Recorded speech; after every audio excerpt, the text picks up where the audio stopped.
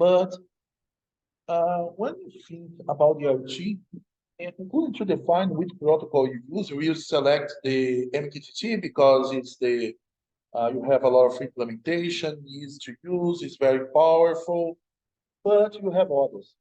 But to define the protocol that you use, in particular the network protocol that you use, you need to define some, you need to think about define application and the environment that you run the application.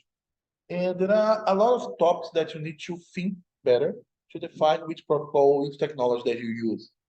The first one is the speed or data rate.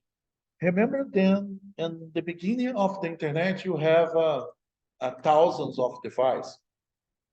With the advance of the internet, you will change to millions. And when you start to talk about the IoT, all device, all things can have another. All things can transmit that data through the internet or receive data through the internet. And you change the dimension of the problem. For example, if you think only in the computers, you have millions of computers in the internet. But when you think about the IoT, you have billions or trillions of devices. And it impacts a lot in the speed of data rate. Think about the example that you're implementing the Python. In the Python example, you send you simulate to send a temperature in a second by second, one device. Okay, but think that you have a house where you have in each room in your house you have a sensor that needs to send that data to the internet. Okay, in this case, you have, for example, I don't know, you have 3 rooms, a kitchen, a TV room, 2 bathrooms, around 10 or 15 rooms in your home. And in a building, you have around 30 house, and 30 plus multiply for maybe 10. And you need to send second by second 10 sensors in each house for second. It's a lot of data. Okay, and the network that you support this application needs to support this amount of data. Okay, the range is another thing that you need to think. My device is close or far than the target or the destination or the middleware that connect my device with the destination. How far I'm from this device? If I'm very close, you can use Bluetooth, you can use ZigBee, you can use NFC. If it's a little more far, around 100 meters or few meters, you can use Wi-Fi. But if the device is far, around 10 kilometers or 100 kilometers, you need a better technology like a 5G, 4G, and like, for example, NB or IoT or LoRa or Sigfox. Okay, the range is another thing that is very important to define the technology that you use. Interoperability. A lot of times you don't have one solution that use only one technology. It's very common to use 2 or 3 technologies inside one project, or because you have problems in the propagation of the sign, or because the technology you need security and the part of the technology does not one technology that you use does not support, and you have a part of the service that you need to implement with a strong security, and you need to include a new technology to support the security. A lot of time you need to use different or multiple technologies to join, to connect a big IoT network. Okay, and you need to think, for example, how to integrate, for example, NB-IoT and ZigBee, or Wi-Fi and 5G. Okay, the cost is another important concept. For example, 5G is very expensive, and Wi-Fi is very cheap. Depend the budget that you have, maybe you need to work with Wi-Fi, but part of your network is 5G. Okay, the cost is another important uh, concept that you need to think to define the IoT technology. Power consumption, again, uh, I'm working now in a project that I need to install one network and a lot of sensors inside the jungle. Okay, it's really inside the jungle. Okay, it's a very dense jungle.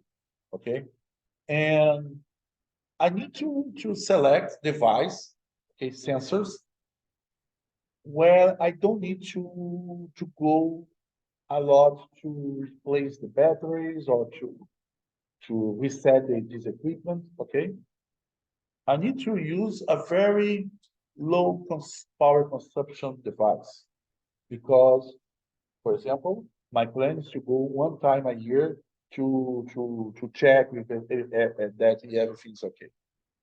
Okay, scalability. Again, if you use Bluetooth, you don't have scalability. Bluetooth, you connect device close one to other. You cannot, for example, connect two different networks, for example. Bluetooth is to personal network. It's connect my things.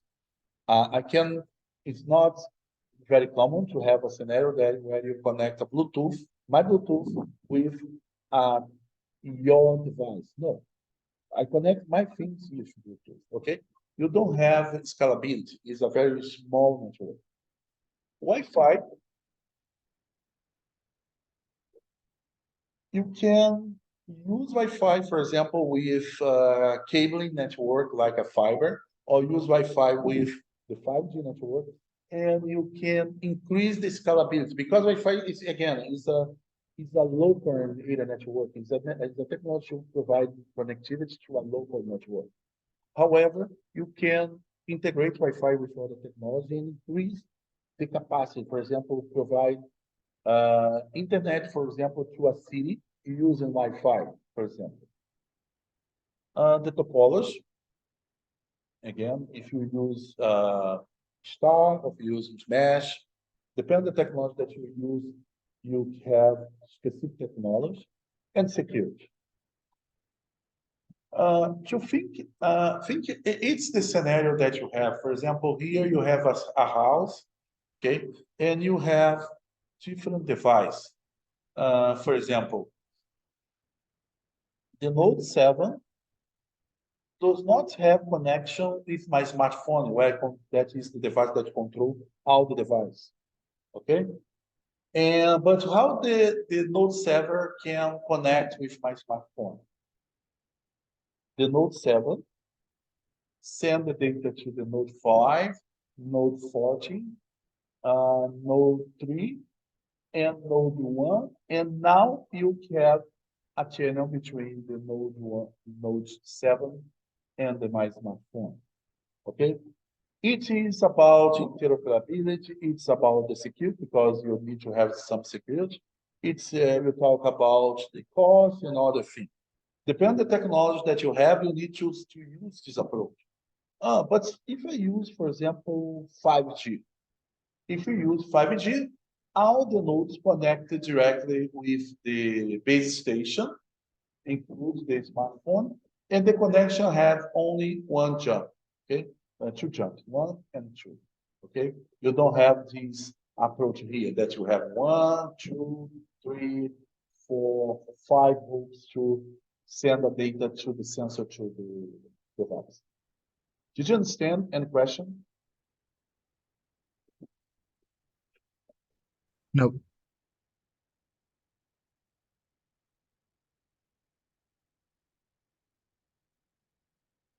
So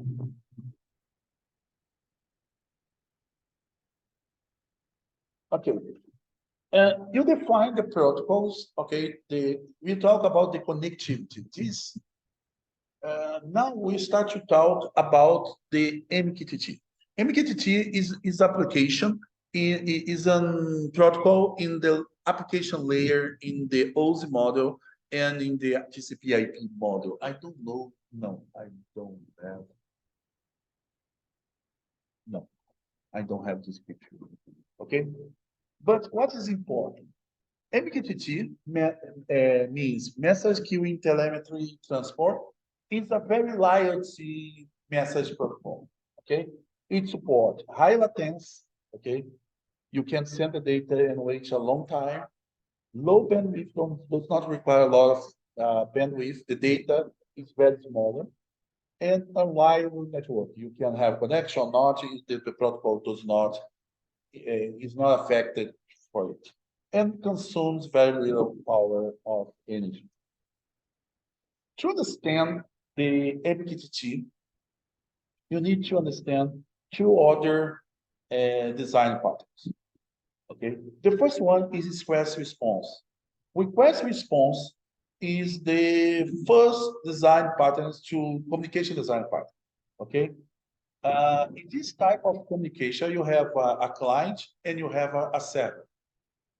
The server, this guy here, listen all the time to requests. Okay, the server waits for requests all the time. Okay, and you have a client. And what the client does? The client sends a request and the server sends a response. But after you receive the response, this connection is end. Okay, you have only temporary connection. Okay, it works very well, but has a lot of limitation. Okay, it's the base throughout a model to HTTP or HTTPS. Okay, we use this model. The problem is when you need to have support to multiple connections. Okay, when you need to handle this connection or the session accommodates multiple clients or multiple peers. Okay, request response does not work very well to it. The second approach is the observer. The observer has two actors: the observers and the subject. Okay, this picture tries to represent the observers very well. You have a subject that publishes one specific thought. Think about the Twitter. In the Twitter, for example, if you want to receive the things that I type in Twitter, you need to sign my channel. Okay, when you sign my channel, the subject that I control my channel knows that you need, when you have an update, this guy send this new to the observers. Okay. Again, you have the observer, and the observer register in the subject channel. Every update that subject channel has, send the message to all the observers. Okay. It's different than the request response, because in the request response, you have a session here, a session here, a session here, and a session here. Okay, and the observer standard or observer pattern, you don't have it. All these nodes, you have only one session, and you send updates to this channel, and all the observers sign this channel and see the update. Any questions?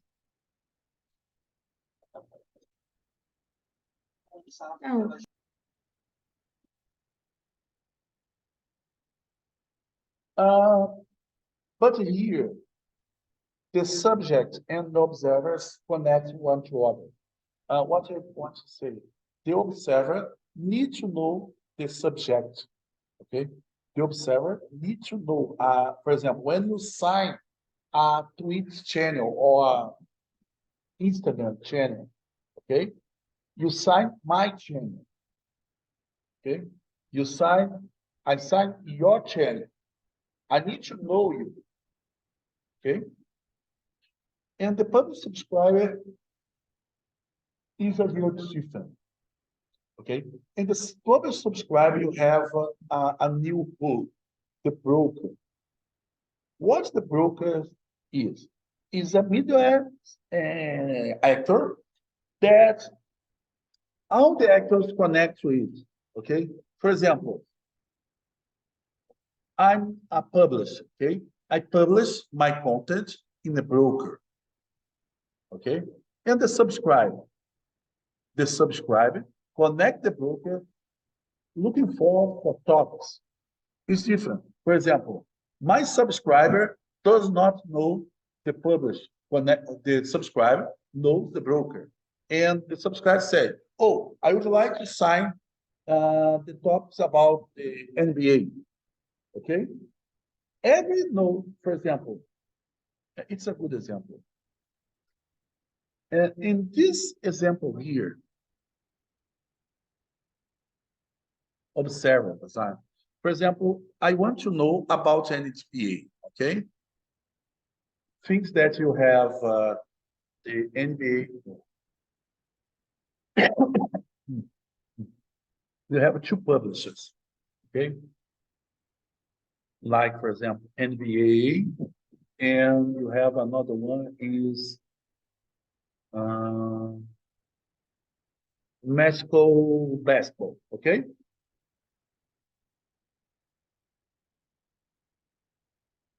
In this example, things that I, Alexander, okay? I want to know about news related to the basketball, okay? I need to sign the NBA list, and I need to sign the Mexico basketball list, okay? Do you understand this example?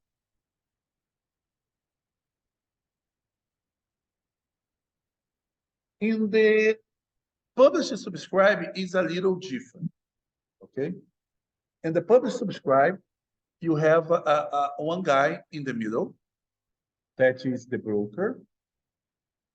And in the same example, okay, you have NBA list and Mexico basketball list. Okay? NBA and mass basketball. Okay? And here is the same case. You have I'm here. In this case here, what happened is NBA Mexico published here in the broker the top basketball. Okay? And Mexico basketball published in the same topic here. And I go to the broker and say, oh, broker, I want to sign the news related to the basketball, okay? In this case, this guy here does not know the publisher. What happens is you have a broker that negotiates by top the content, okay? If I publish about the basketball, I send to the broker this topic. If I want to receive news about the basketball, I enter in the broker and say, oh, I want to receive news about this topic, for example. Did you understand the difference between the public subscriber and observer? Yes or no? Yes. Okay.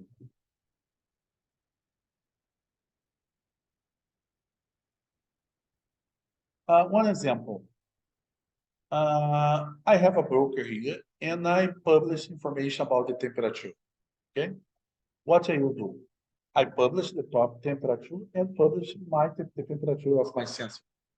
Here, the clients does not know who published this, does not know the sensor. Okay. In this case, what the client does?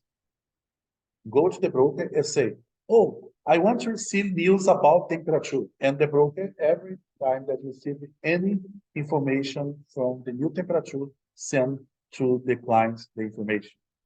Think, for example, if you have another client here, okay, that publish the same, the temperature here. You don't, this client does not need to do nothing, okay? Because the client does not connect the sensor. They connect the broker and connect the top temperature, okay?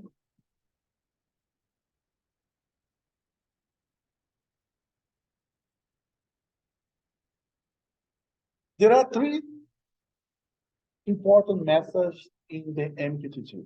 The first one is the connect. The connect and disconnect is like a register of device. It don't matter if I'm a publish or if I'm a subscriber. I need to connect first the broker.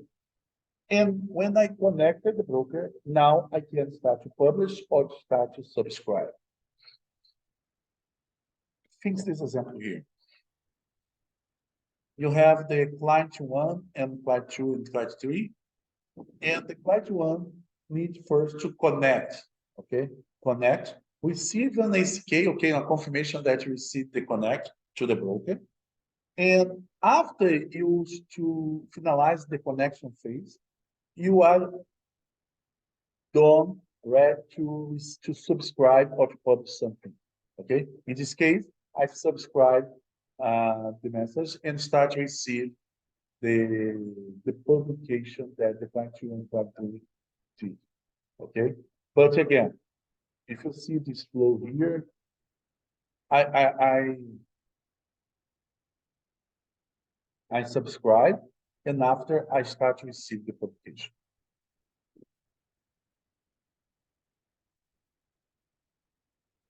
But if you think here, if you see this example here, this publication here, I lost.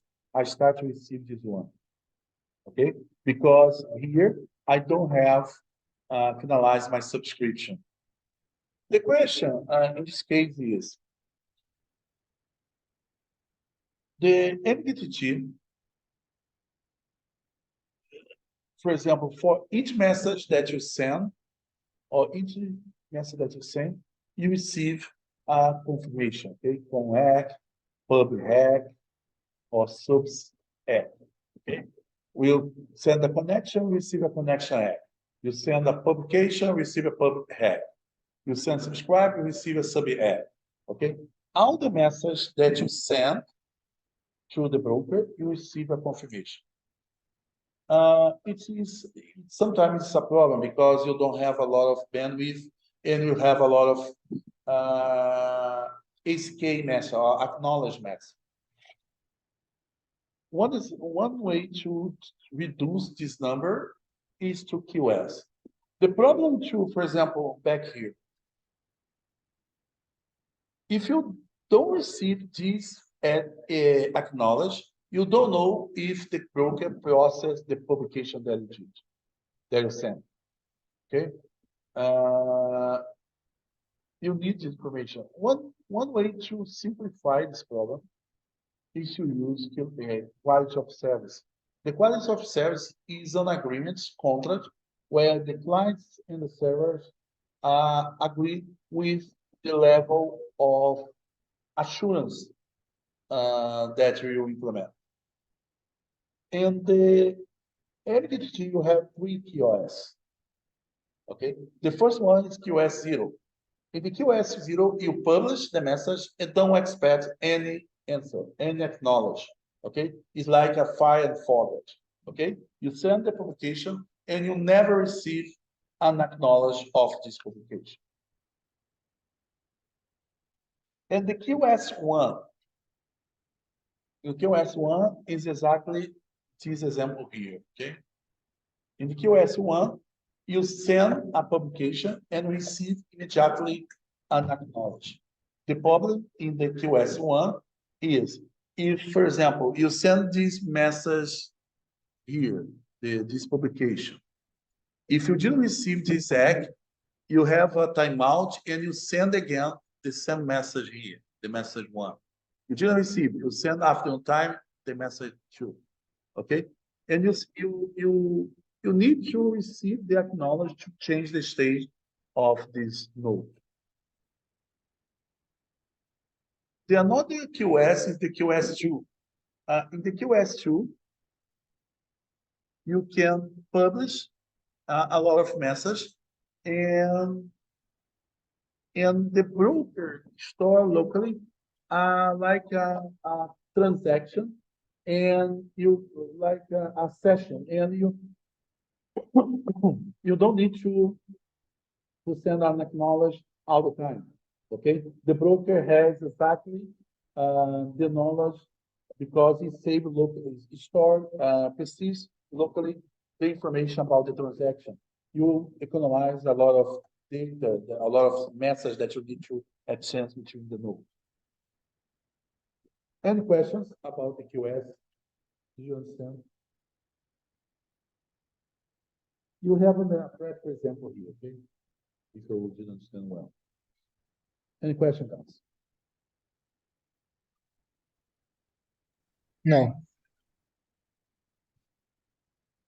So, about the MQTT in a little more detail.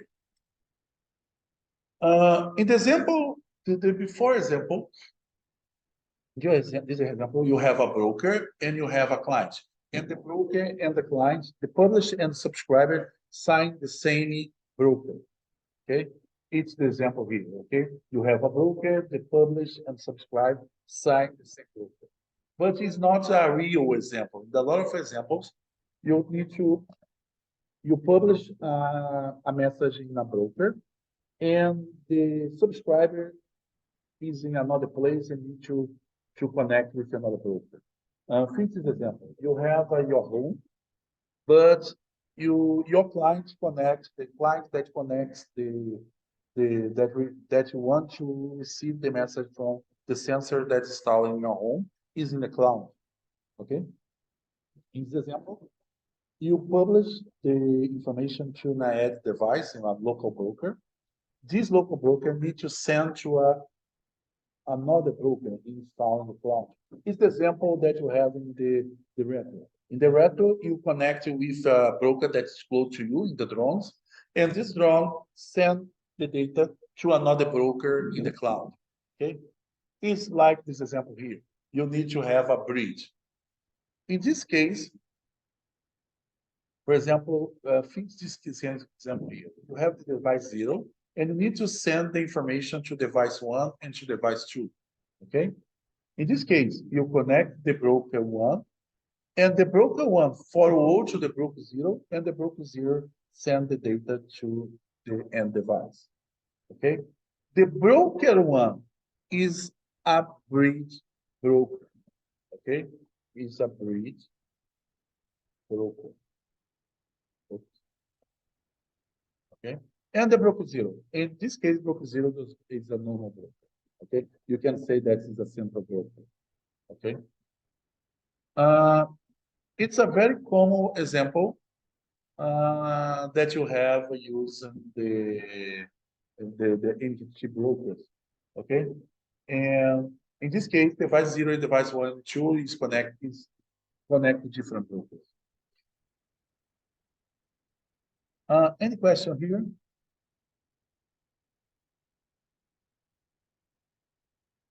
No? No. Okay, I will give a break, 10 minutes break.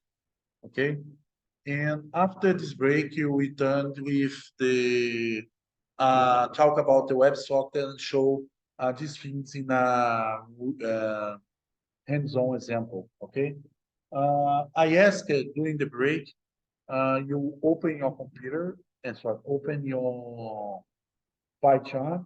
If you use the broken window, open the folder that you need to open to run the Mosquito in Windows. If you use a VMware, open your VMware. Or if you use the cloud, open your cloud, okay? I stop now and I'll return on 00, okay? See you.